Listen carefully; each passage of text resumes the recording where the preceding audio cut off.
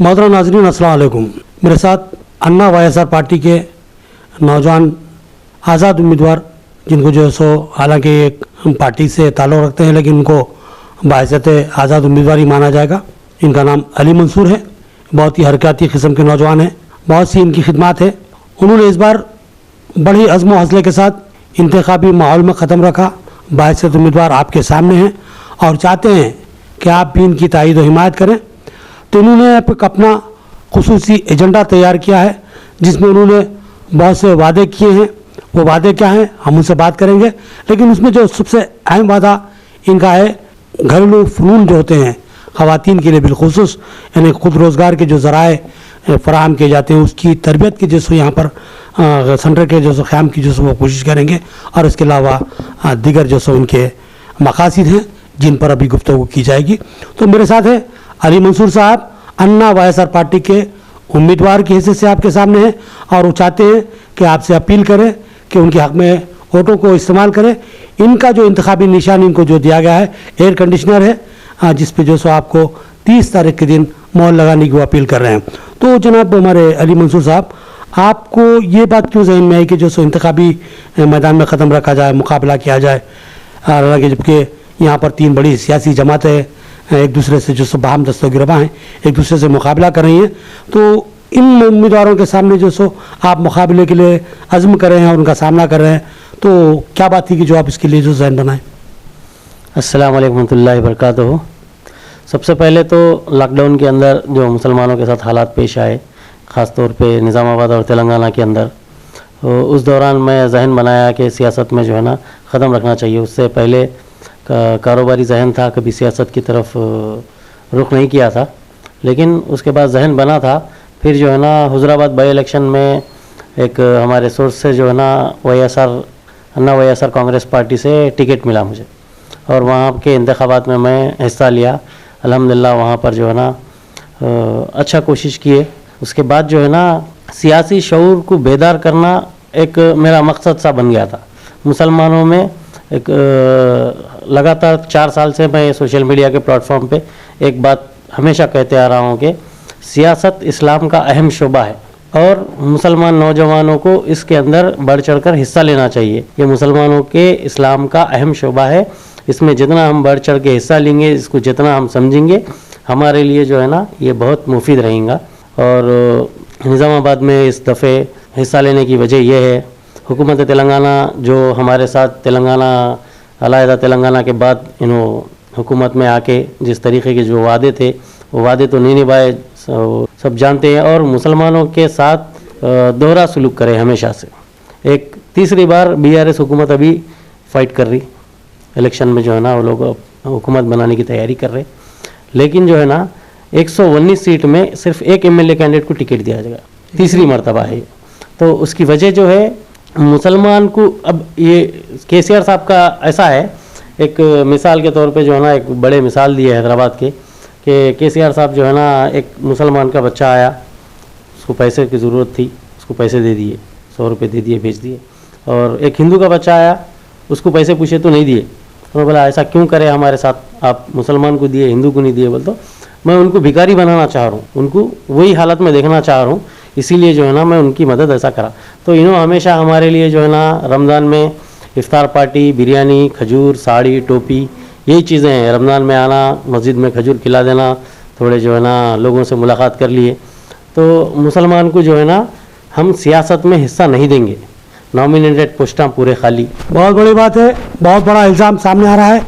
अली मंसूर बहुत ही खूबसूरत अंदाज में बात बताने की कोशिश कर रहे हैं कि हमको सियासी मैदान से दूर रखने की कोशिश की। उन्होंने अभी कहा कि 119 जैसे उम्मीदवार उनके हैं, जिनमें सिर्फ एक उम्मीदवार को जो यानी कि जो तेलंगाना में जो मुस्लिम सीटों से हट के कही जा सकती है, बोधन से एक उम्मीदवार को टिकट दिया गया और उससे हटके किसी मुकाम पर भी जो सो मुस्लिम उम्मीदवारों को नुमाइंदगी देने की कोशिश नहीं की गई, बल्कि इस कोशिश को ख़त्म किया गया। और दूसरी बात उन्होंने ये कहा कि जो सो हमको सिर्फ 27 स्कीमात तक महदूद रखा गया। चलिए बात जारी है। मसाजिद को शहीद करे, वो तो एक बहुत बड़ा मुद्दा बन चुका आज। और सबसे बड़ी चीज़ अभी तेलंगाना में राजा सिंह की स्पीच का जो मामला आया, मुनव्वर फारूकी का जो प्रोग्राम था, राजा सिंह 3 दिन पहले स्टेटमेंट दे चुका था कि जो है ना ये प्रोग्राम अगर आप करेंगे तो मैं ये डेट को ये स्टेटमेंट दूंगा, बल्कि जो है ना ऑलरेडी गुस्ताखी कर चुका था।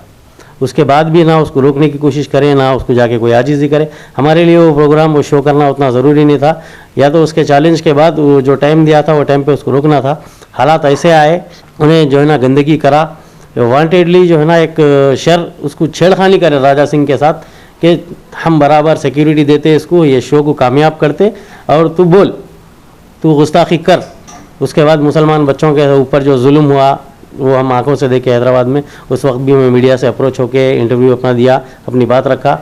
तो मुसलमान को आज सियासी शऊर को बेदार करने की ज़रूरत है। जज्बाती तकारीर सुन के अब MIM है, बिल्कुल जो है ना मुसलमानों को डेवलपमेंट के उनके स्पीचेस में हर दिन सुनता हूँ।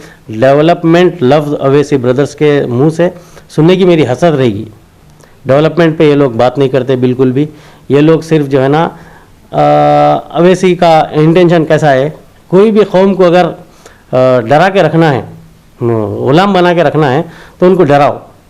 ये लोग क्या करते हैं, बीजेपी का प्रोपागंडा करते हैं, ये सब मिली भगत है। मुसलमान का वोट हिंदुस्तान के लेवल पे डिसाइड करने वाले आज ये लोग हो गए। आज KCR साहब जो है ना मुसलमानों को कोई मुस्लिम वेलफेयर स्कीम नहीं, 10 लाख रुपए दलित बंधु को दिए। तो मैं 4 साल से सोशल मीडिया के प्लेटफॉर्म पे लगातार अपील कर रहा हूँ कि मुस्लिम बंधु के तौर पे ये 10 लाख रुपए वाइट कार्ड होल्डर्स को दीजिए। तो मेरा भी जो है ना लोगों से ये मुतालबा है कि अगर इस बार मुझे मौका देंगे, मुसलमानों का वोट निज़ामाबाद में ख़ास तौर पे डिवाइड हो चुका है। कांग्रेस कैंडिडेट मुस्लिम टिकट देने से जो है ना मुसलमानों का जहन, जमात इस्लामी की भी तायद होगी और जमीयत उलमा की भी तायद होगी। आधे मुसलमान इधर बढ़ गए, TRS और MIM मिल के जो है ना आधे मुसलमानों को उधर बांट दिए। इसमें गैर को जो है ना जीतने की पूरी जो है ना उम्मीद नज़र आ रही है। यहाँ पर गैर के जो है ना हाथों को मजबूत किया जा रहा है। मुसलमानों से मेरी एक ही अपील है, सारे मुसलमान एक कश्ती में सवार हो जाओ। एक कश्ती में अगर सवार हो जाएंगे तो किसी की कामयाबी मुमकिन है। वो चाहे अली मंसूर की कश्ती में सवार हो जाओ, शब्बीर अली साहब की कश्ती में सवार हो जाओ, या बिगाला गणेश गुप्ता की कश्ती में सवार हो जाओ। अभी शब्बीर अली साहब तो जो है ना लगातार पिछले 4 बार से हारते आ रहे। अभी उनको भी जो है ना उनकी उतनी कोशिश नहीं नज़र आ रही कि यहाँ पर जो है ना उनकी सीट निकल आए। अगर सारे एक कश्ती में सवार हो गए तो मैं भी उस कश्ती में सवार होने तैयार हूँ, लेकिन मकसद जो है ना एक काबिल आदमी को हमको जो है ना जिताना है। यहाँ से बात यहाँ पर ये कहना चाह रहे हैं कि जो है सो सबसे पहली बात तो उन्होंने ये कही शुरू में कि सियासत शजरे ममनुआ नहीं है, बल्कि सियासत में मुसलमानों को हिस्सा लेना चाहिए। क्योंकि हमारे मस्जिद में भी जो सियासत का मामला हुआ तो मसाजिद से शुरू हुआ था। हज़रत मोहम्मद सल्लल्लाहु अलैहि वसल्लम ने इसकी शुरुआत की थी कि जहाँ तुमको दीनी नज़म चलाना है और दुनियावी नज़म भी चलाना है। तो ये तो बहुत सही बात है, इसकी हमको तायद भी करनी चाहिए। लेकिन सियासी माहौल में जो तथहीर की बात आ रही है, क्या वो इस दौर में मुमकिन है? अली मंसूर जैसे नौजवान ये चाहते हैं कि इस माहौल की तथहीर की जाए, क्या इसमें कामयाबी मिलेगी? ये बहुत बड़ा सवाल है। तो इस ज़माने में जो सो अगर आप किसी पे तनकीद करते हैं, जैसा कि आपने मजलिसी क़यादत के ताल्लुक़ से बात की, उनकी खिदमत है, इसमें कोई दो राय नहीं है।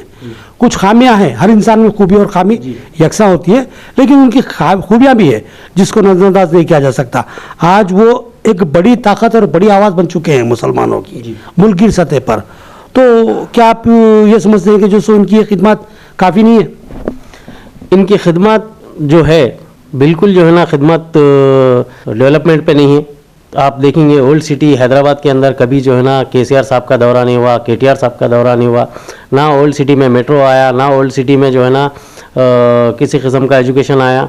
हर एतबार से मुसलमान के बच्चियां ऑटो चला रहे ओल्ड सिटी में, आप देखेंगे तो तकलीफ होती है। इलेक्ट्रिक ऑटो औरत बच्ची चला रही। और ओल्ड सिटी में मेरा एक पोस्ट वायरल है पूरे तेलंगाना लेवल पे, अल्हम्दुलिल्लाह उसका रीच 1,70,000 है। उतने लोग उसको देखे वो पोस्ट को। मैं एक इमेज बनाया था, कार्टून बनाया था कि बेटा पूछता पप्पा पप्पा, एक हिंदू आदमी का बेटा जो है ना उससे पूछता कि बेटा पप्पा पप्पा ये मुसलमान कौन है? तो पापा बोलता बेटे को, बेटा जो रिक्शा चलाते, ऑटो चलाते, मैकेनिक जो बच्चे रहते और जो तरकारी बेचते, फ्रूट बंडी जो चलाते और लेबर क्लास जो तबका होता ना वो मुसलमान है। ये जो लोग हैं ये मुसलमान रहते। तो इसकी वजह क्या है बोल के पूछता पापा इसकी वजह क्या है, ये हालात ऐसे क्यों आए मुसलमानों के? तो वो पापा जो है ना बच्चों का ये बोलता कि ये लोग अवैसी और KCR के ऊपर भरोसा करें, इसलिए इनके हालात आज ऐसे हो गए। तेलंगाना का मुसलमान एक रईस मुसलमान नवाब मुसलमान था, आज पूरे के पूरे तबका जो है ना, ऑटो ड्राइवर, पान डब्बा, चाय होटल, फ्रूट मंडी, तरकारी मंडी, इसी में जो है ना अपना गुजर बसर कर रहा है या फिर गल्फ का लेबर बना हुआ है। तकलीफ होती है मुझे जो है ना इस मुकाम से। आपकी बात को कुछ हद तक मान लूँगा, मैं आपके साथ मुत्तफिक होना मेरा ज़रूरी नहीं है, लेकिन आपकी बात को मानता हूँ, तस्लीम करता हूँ कि जो सो मुस्लिम तबके का जो सो मामला है वाकई सतही हो चुका है। बिल्कुल हम जो सो निचले दर्जे के शहरियों की तरह यहाँ पर ज़िंदगी गुजारने पर मजबूर हैं, ये हकीकत है। और वाकई छोटे छोटे कारोबारी हमारा मुकद्दर बनने हुए हैं। इसमें हो सकता है कुछ क़यादत का भी जो सो दखल हो, लेकिन इसमें हमारी काहली भी है। हमारी सोच फ़िक्र उतनी वसत नहीं रखती जितनी रखनी चाहिए थी। हम दूर तक नहीं सोचते, हम बड़ा नहीं सोचते और बड़ा पढ़ने का कोई प्रोग्राम नहीं बनाते। तो यहाँ पर अब आप जो सो एक आज़ाद उम्मीदवार की वजह से मैदान में आपकी अन्ना वाईएसआर पार्टी है, लेकिन आपको बाहैसियत उम्मीदवार आज़ाद उम्मीदवार ही माना जाएगा। तो यहाँ पर एक आप वाहिद अगर जीत भी जाते हैं, अगर मान लेंगे थोड़ी देर के लिए आप जीत भी जाते हैं, तो आप एक वाहिद शख्स क्या कर पाएंगे? मैं सबसे पहले तो एक हमारे शहर के एमएलए होने के नाते यहाँ पर निज़ामाबाद के जो सबसे मेन इश्यूज़ है उसके ऊपर जो है ना काम करूँगा। जैसा कि निज़ामाबाद बोधन रोड के अंदर माइनॉरिटी एरिया के अंदर ड्रेनेज प्रॉब्लम बहुत ज़्यादा है। पानी जब भी बारिश हुई तो जो है ना हर आदमी परेशान है उससे, इसको सॉल्व किया जाएगा। उर्दू जो मालापल्ली का कॉलेज है बंद पड़ा हुआ है, इतनी बड़ी प्रॉपर्टी है, उसको चालू करने की पूरी कोशिश की जाएगी। और उर्दू मीडियम के अंदर उर्दू को ख़त्म करने की पूरी चाल हुकूमत की है। इसके अंदर सरासर उर्दू लैंग्वेज को ख़त्म करने के लिए टिमरीज़ का आगाज़ किया गया, जो टिमरीज़ का कोई विखार नहीं है, ये कभी भी ख़त्म कर सकते हैं इसको जो है ना गवर्नमेंट। आज टीआरएस हुकूमत जी जो अब BRS बन चुकी है, इसका दावा है कि 206 अक़लियती अक़ामती स्कूल या 204 जो कि अब जो सो 207 के करीब पहुँच चुके हैं, जिसमें से 204 तो जो सो कॉलेजेस बन चुके हैं। हम बतदरीज इसको तरक्की देते जा रहे हैं, तो फिर आप कैसा कहेंगे कि जो सो इनको बंद किया जाएगा? ये जो कॉलेजेस है ये नॉन रजिस्टर्ड है, ये एक ना ही जो है ना इसको एडेड बोल सकते हैं, कानूनी मौकूफ़ ही नहीं है किसी किस्म का। कल बंद कर सकते KCR साहब ना, इसमें एम्प्लॉइज़ की कोई राइट्स है ना, इनको कोई परमानेंट एम्प्लॉई है इसके अंदर, इनको जॉब देना पड़ता फिर इतने लोगों को अगर इसको बरकरार रखे। तो ये उर्दू मीडियम को पूरे तेलंगाना से ख़त्म करने के लिए स्कूल को कायम किया गया। नाजरीन बहुत बड़ा इल्ज़ाम है ये। टेम्बरीज़ अक़ामती स्कूल जो है उसको एक बहुत बड़ा कारनामे के तौर पर BRS हुकूमत की जानिब से पेश किया जा रहा है। यहाँ पर अली मंसूर यह कहते हैं कि इन स्कूलों का कोई कानूनी मौक़ूफ़ नहीं है, इन कॉलेजों का कोई कानूनी मौक़ूफ़ नहीं है, इनको कभी भी बंद किया जा सकता। और इसको कानूनी मौक़ूफ़ इसलिए नहीं दिया जाता कि वहाँ पर जो असातिज़ा की जायदादें हैं, हाइस पर कॉन्ट्रैक्ट, हाइस पर जो सो नहीं कि जो सो एग्रीमेंट जिसमें बताया गया था कि जो सो इसकी 75% मुलाजिमतें जो सो अक़लियती तबक़ात को, जिन बिलख़ुसूस मुसलमानों को दी जाएगी। अगर जो सो इस तरह रजिस्ट्रेशन कर दिया जाता है, इनको कानूनी मौक़ूफ़ दिया जाता है, तो असातिज़ा की जायदादों पर भी अक़लियतों के तक़र्रुर, बिल्कुल मुसलमानों के तक़र्रुरात करना पड़ता है। इसलिए जो इसको कानूनी मौक़ूफ़ नहीं दिया जा रहा है और इसको कभी भी बंद किया जा सकता है। ये बात थी अली मंसूर की। चलिए बात जारी। इसका मकसद ये है कि उर्दू मीडियम स्कूल्स कॉलेजेस जितने भी चल रहे स्कूल्स, ये जो टीचर्स को अपॉइंट करके रखे हुए हैं और फिर नए टीचर्स नए पोस्ट देना पड़ता, नए लोगों को मौका देना पड़ता, ये उर्दू मीडियम टोटली बर्खास्त करने का ये इंग्लिश मीडियम टिमरीज़ कायम ये कहना चाह रहे हैं कि जो सो उर्दू मीडियम के स्कूलों को बंद करने के लिए टेम्बरीज़ स्कूल चालू किए गए। बिल्कुल बिल्कुल। फिर अगर ये स्कूल बंद होंगे तो फिर क्या? नहीं, अगर आप नहीं चाह रहे ऐसा तो इसको कानूनी मौक़ूफ़ दो, टिमरीज़ को कानूनी मौक़ूफ़। जायज़ मुतालबा है अली मंसूर का कि अगर आप इसको बंद करने का ज़हन नहीं रखते तो फिर इसको जो सो कानूनी मौक़ूफ़ नहीं कि जो सो किसी एजुकेशन सिस्टम से मरबूत किया जाए जो मुसल्लिमा हो, कानूनी हैसियत रखता हो। जैसा कि जो सो हमारा एजुकेशन डिपार्टमेंट है, हमारे उर्दू मीडियम के स्कूल मुसल्लिमा होते हैं, उसी तरह टेम्बरीज़ को भी एक मुसल्लिमा इदारा बना दिया जाए और टेम्बरीज़ को भी एक कानूनी मौक़ूफ़ दिया जाए। ये बात थी अली मंसूर साहब की। जी। इसके अलावा जो है ना हमारे अंदर भी बहुत जज्बा है कौम के लिए कुछ करने का, अपने शहर के लिए कुछ करने का। तेलंगाना में नौजवानों को सियासत में वाबस्तगी कराना, इनको सियासी शऊर से बेदार करना, ख़ास तौर पे जो है ना नौजवानों को जो बेरोज़गार है उनके लिए जॉब्स लेके आना, जॉब के मौके लेके आना, IT कंपनीज़ और इंडस्ट्रीज़, बहुत सारे फैक्ट्रीज़ वगैरह ला के जो है ना नौजवान को काम करने के लिए मौका देना बोल के एक ख्वाहिश है। और दूसरी चीज़ जो है ना मेरे स्कीम के अंदर मैं ये भी लिखा हूँ कि अगर मैं यहाँ से जीत के आया तो दलित बंधु की तरह मुस्लिम बंधु 10 लाख रुपए हर वाइट कार्ड होल्डर को दिलाने की गारंटी मेरी है। ये यहाँ पर आपको मैं रोक रहा हूँ। आपकी जो तयक़ुनात है वो अपनी जगह जो सो अहम है, लेकिन जो आप जो 10 लाख रुपए का वादा करने जा रहे हैं, ये किसी एक फर्द वाहिद या फर्द एक वाहिद एमएलए पे इन्हिसार नहीं करता, इसके लिए हुकूमत होना पड़ता। तो क्या आप इतनी बड़ी जो सो ताकत बना लेंगे कि एमएलए बनने के बाद कि हुकूमत से टकरा के जो सो 10 लाख रुपए की जो सो खुसूसी स्कीम लेके आए? हुकूमत से टकराने की इसके अंदर कोई ऐसी बात नहीं है। मुसलमान हवा हुकूमत बीआरएस की बनती है जी, हवा वो कांग्रेस कोई की भी बनती बने, है। कांग्रेस की हुकूमत आप तो तो बनना फतवा नहीं नामुमकिन होगा। बात है। कांग्रेस वेंटिलेटर पे थी, दफन हो गई थी पिछले 10 सालों में। कांग्रेस में लीडरशिप खत्म हो गई। अभी 10-20 सीट बमुश्किल आ भी जाएं तो जो है ना उसमें से होलसेल में अन्ना खरीदने बैठते थोड़े तो सीटा।